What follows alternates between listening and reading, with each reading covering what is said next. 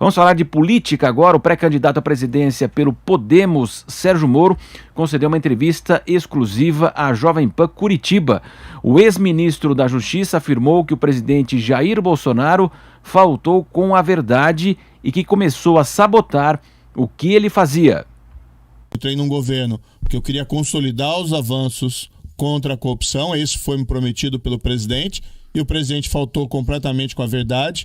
Eu sou uma pessoa acostumada com palavra. Quando eu dou minha palavra, eu cumpro minha palavra. Mas o presidente havia dado a palavra de que, ninguém seria poupado de investigação, mesmo que vinculado a ele ou ao governo, e do outro lado, ele trabalharia para fortalecer o combate à corrupção. E ele não fez nada disso, ao contrário, começou a sabotar o que eu fazia. 10h33, vamos agora acionar José Maria Trindade. Zé Maria, entrevista exclusiva à Jovem Pan de Curitiba. Então, o ex-ministro Sérgio Moro, agora pré-candidato pelo Podemos, reclamando, dizendo que o presidente Bolsonaro sabotou as suas ações no Ministério da Justiça. Zé Maria. Olá, Zé Maria. Olha, Marcelo, esta é a grande interrogação da política atualmente, né? Que Sérgio Moro é esse? Qual é o Sérgio Moro da campanha eleitoral? Evidentemente diferente do Sérgio Moro, ministro da Justiça, e Sérgio Moro, juiz. Ele treinou, veio para a disputa eleitoral de uma forma diferente e, segundo Álvaro Dias, que é o líder do Podemos, né, e que está patrocinando aí esse desenvolvimento político do ex-ministro Sérgio Moro, ele está diferente e surpreendentemente adepto aí a conversas políticas. Ele tem falado com vários líderes, vai viajar pelo país agora nesses próximos dias, usando o lançamento do livro dele exatamente para fazer política, depois viaja para os Estados Unidos para buscar a família, fica lá um tempo, vai ter um hiato aí de posicionamentos políticos e viagens aqui pelo Brasil e depois já retorna direto para a campanha eleitoral. Então ele surpreendeu os políticos e trata-se de uma entrevista política. Esta será uma campanha dura demais, franca e com acusações mútuas. Segundo o senador Álvaro Dias, Sérgio Moro entrou mesmo no páreo e está disputando o segundo turno, ou com Lula ou com Jair Bolsonaro. Mas o quadro atual, a figura das pesquisas eleitorais e avaliações aqui, são de que o quadro no momento está mesmo polarizado entre o presidente Jair Bolsonaro e o ex-presidente Lula. Vamos ver, né, Marcelo, que Sérgio Moro é esse que está nos apresentando aí para a política agora. É novidade para ele, mas a política é antiga e tem lá as suas regras, né? Sem dúvida, Zé Maria, falando aí do Palácio do Planalto, icônico edifício que foi construído por Oscar Niemeyer. Vamos então a mais um ponto aí da entrevista. Ele também falou sobre as eleições de 2022, onde almeja chegar à presidência da República.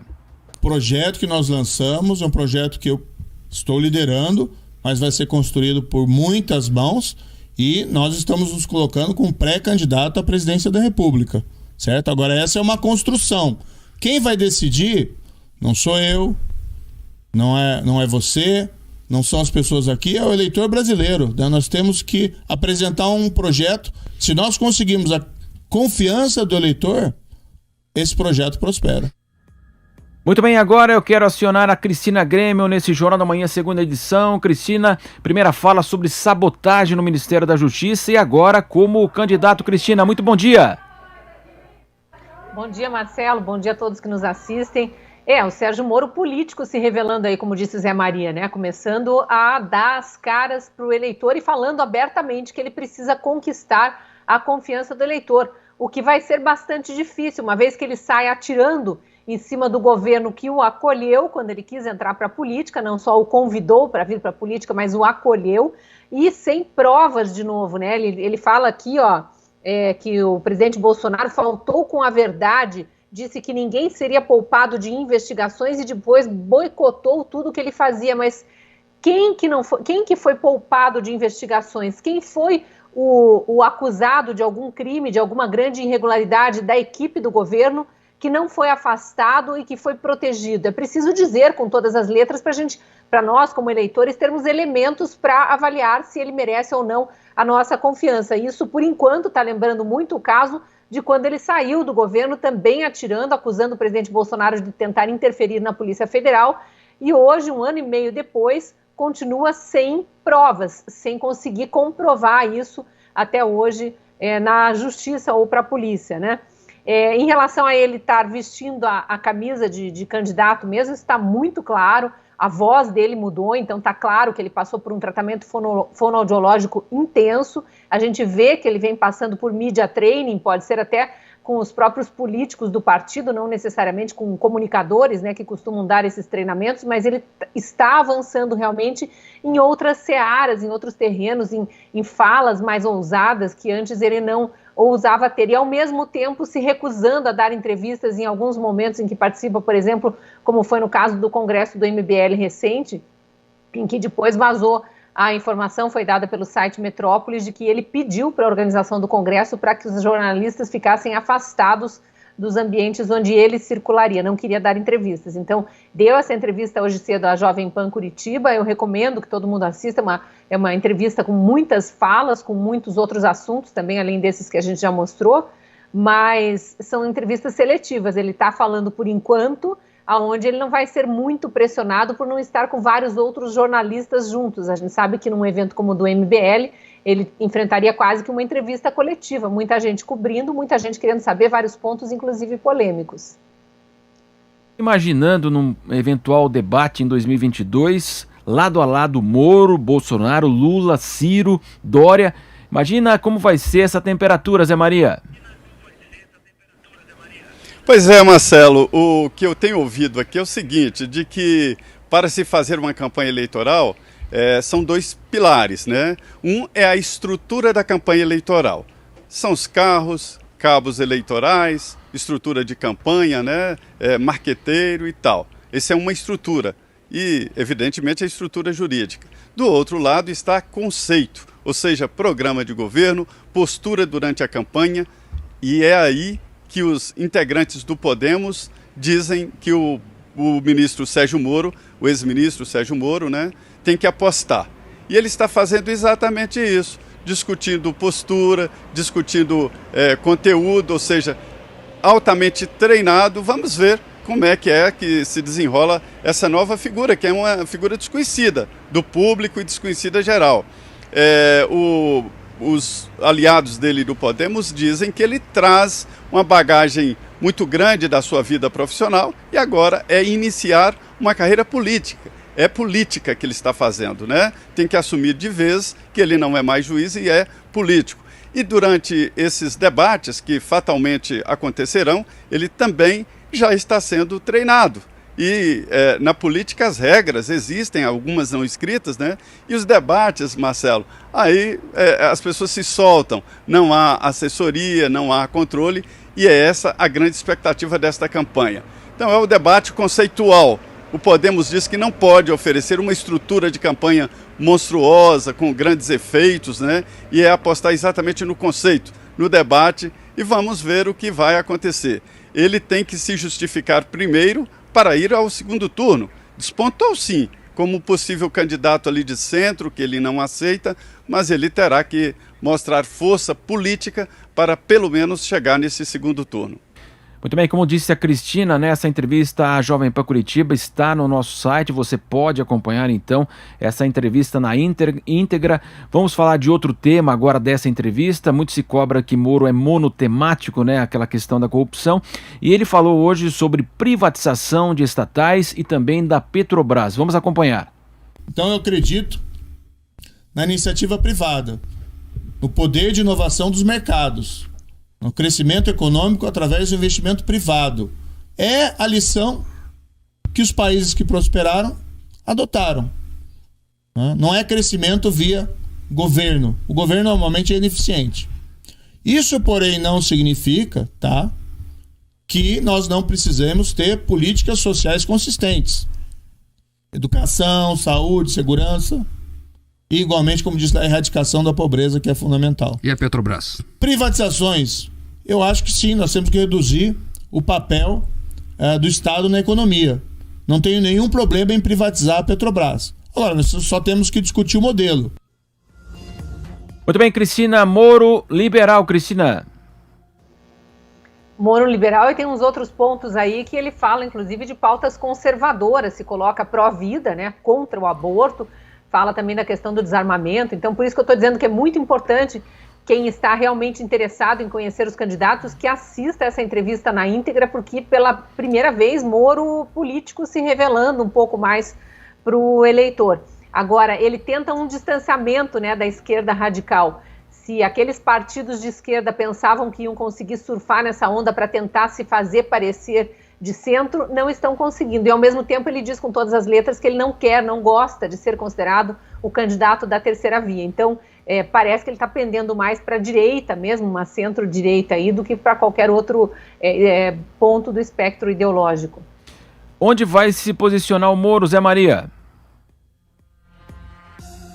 Marcelo, dizem que tradicionalmente o servidor público é por natureza estatizante, ou seja, mais socialista, mais de esquerda, né? E imediatamente a gente pensa no Estado atual. O Estado é muito grande, toma o orçamento praticamente todo, né? O orçamento hoje ele é dividido entre pagamento de dívidas, quase 2 trilhões de reais, e o pagamento de previdência e salários, né, a folha de pagamento do servidor público. Então, o Estado é muito grande e os incrustados no Estado, naturalmente, defendem um Estado maior. Era o caso de Sérgio Moro até ele pedir a exoneração do cargo de juiz, que é um dos cargos de natureza típica de Estado, assim, mais, vamos dizer, mais característicos. Então, a natureza da formação dele, a natureza da atividade dele é estatizante, tem que ser estatizante, tem que defender o Estado. Então, agora ele está partindo para a iniciativa privada. Depois que ele saiu do cargo de ministro, ele foi trabalhar na iniciativa privada, teve esse contato, e é possível que ele comece agora a aprender o que é o investimento privado, quais são os riscos e quais são as grandes vantagens de apostar exatamente nisso que ele falou, no desenvolvimento através do capital privado. O Estado já foi o grande indutor do desenvolvimento do país. Já construiu grandes obras, grandes empresas. No Brasil passado não era possível construir através da iniciativa privada uma empresa como a Petrobras, como a Vale do Rio Doce, como a Uzi Minas e outras. Mas esse tempo já passou, o Estado não tem mais recursos e é primordial que a iniciativa privada realmente tome conta. Nesse conceito aí o Sérgio Moro tem razão, é preciso privatizar, é preciso buscar capital privado. O que a gente não sabe é se realmente ele pensa isso que ele falou. Sem dúvida, e sabendo que ele não vai dificilmente tirar votos do Lula, vai haver um antagonismo muito forte, ele avança em temas aí que são muito caros ao presidente Jair Bolsonaro para esse antagonismo. E ele também falou e fez críticas ao projeto de liberação de armas proposto justamente pelo presidente Jair Bolsonaro. Quando eu assumi o cargo de ministro, o presidente havia feito promessas eleitorais de uma certa flexibilização do armamento. Eu fui favorável, especialmente ao começo ali do governo, um decreto que foi aprovado que facilitava a posse de armas em casa. Tá? Posse de armas em casa para o cidadão que entender que isso é importante para ele se sentir mais seguro, para que ele possa ter esse direito. E qual que era o problema? A lei dizia lá quando você podia ter essa posse de arma, estabelece lá que você precisa ter aptidão técnica, e ninguém discute isso, tem que fazer treinamento. Diz lá que você tem que ter aptidão psicológica, ninguém discute isso, você não pode dar arma para uma pessoa que tem eventualmente distúrbios mentais, certo? Mas a lei também dizia que o policial ia decidir se o cidadão precisava ou não da arma. Isso era ruim, porque é um elemento muito discricionário. Muito bem, Cristina Grêmio, a tendência é essa, né? Um antagonismo em relação a temas de Jair Bolsonaro. Cristina?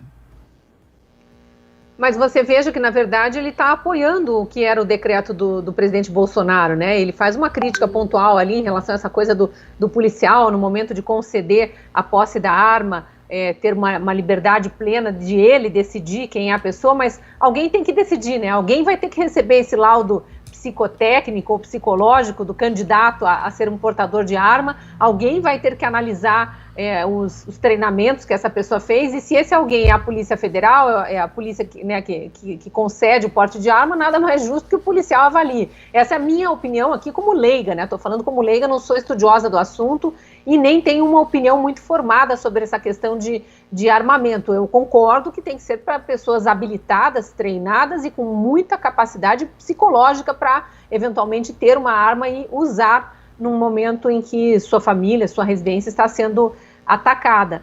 Mas você veja, ele tenta criar um antagonismo sem trazer um elemento muito forte. E quando ele fala e fui colocado para essa pauta do desarmamento, eu queria lembrar que naquela conversa lá na casa do presidente Bolsonaro, recém-eleito, na Barra da Tijuca, que a imprensa toda cobriu, quando o Sérgio Moro vai lá para receber o convite, ele sai da reunião com o já eleito presidente Bolsonaro, ainda não empossado, dá uma entrevista e diz que isso tinha sido discutido e que era uma prerrogativa, claro, era uma pauta de campanha do presidente, era uma prerrogativa do presidente para poder entregar o cargo o cargo de ministro da Justiça que estava sendo oferecido ao Sérgio Moro. Ele queria ter que os dois tivessem esse alinhamento, e Sérgio Moro naquele momento dá uma entrevista dizendo sim, concordo. Então é muito estranho que agora venha querer colocar um antagonismo nesse ponto específico. A gente realmente vai precisar ver os dois frente a frente num debate, com provas, com argumentação mais sólida, para conseguir tirar alguma conclusão. Agora é óbvio que em debates futuros vão ser todos contra Jair Bolsonaro, o que prova a força e o medo que Jair Bolsonaro, a candidatura dele, provoca nos demais candidatos.